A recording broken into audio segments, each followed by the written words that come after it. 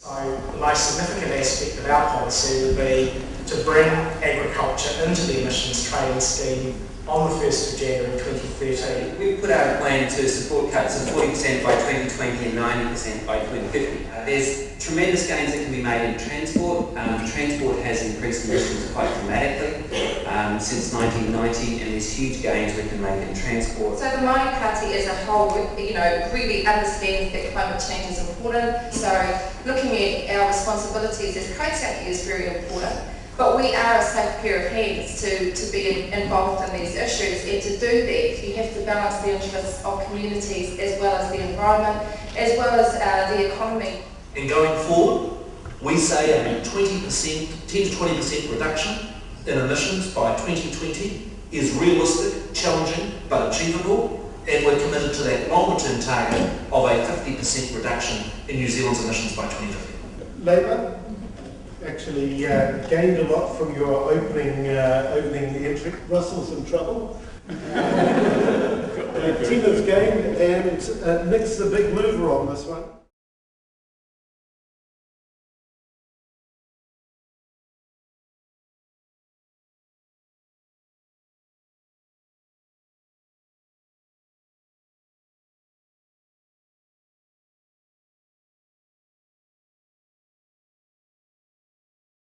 The Maori Party certainly supports including farming into the ETS. We want to make sure that offsetting for New Zealand is allowed.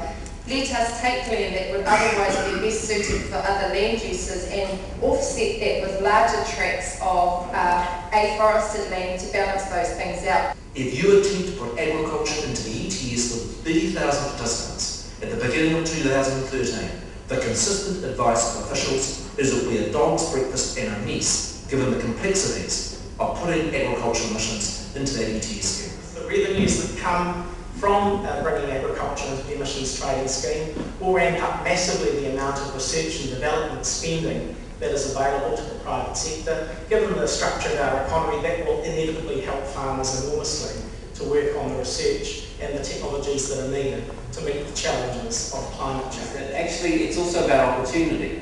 So we know that, for example, Australian Treasury did a fantastic study looking at the implementation of a carbon price, and what they found is that for the Australian economy, the sooner you brought in a carbon price at a higher level, the better the long-term outcome for the Australian economy.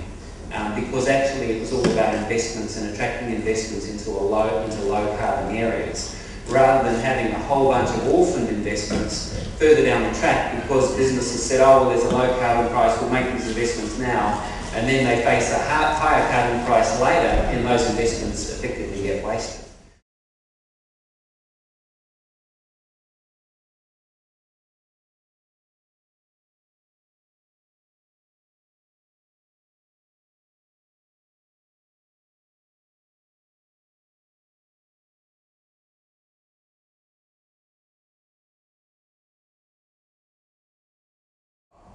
New Zealand imports huge volumes of urea, most of which comes manufactured from coal and has very high levels of emissions.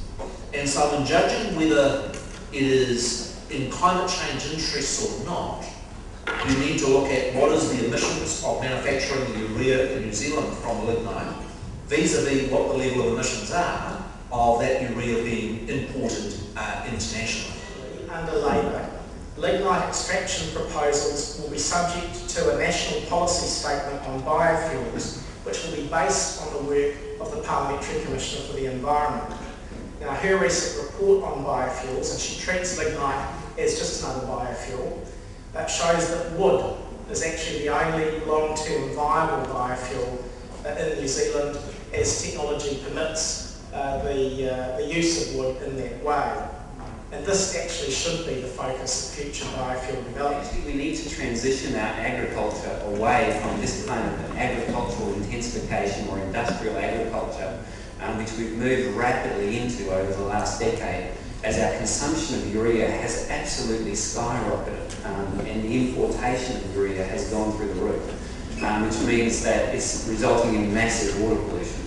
So it's not just that we need to do it for climate change reasons. The Maori Party is very clear that We are looking at renewable resource. We're trying to reduce our reliance on fertilisers in farming, but we want to create ideas and solutions and innovations that make sense for those communities to use. What would you do, what would your political party do to transition New Zealand away from car culture in order to meet the need to reduce emissions and provide cheaper and healthier transport options for New Zealanders?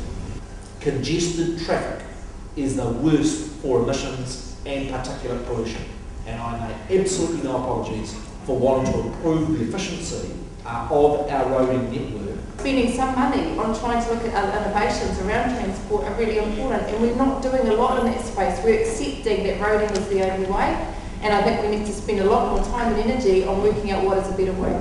It's certainly true that there will be times, and I don't doubt this, where we do need individual cars and all that kind of stuff, and that's where we need to look at biofuels and electric vehicles. But for in our major urban centres, actually a massive investment in public transport, walking and cycling is just a no-brainer.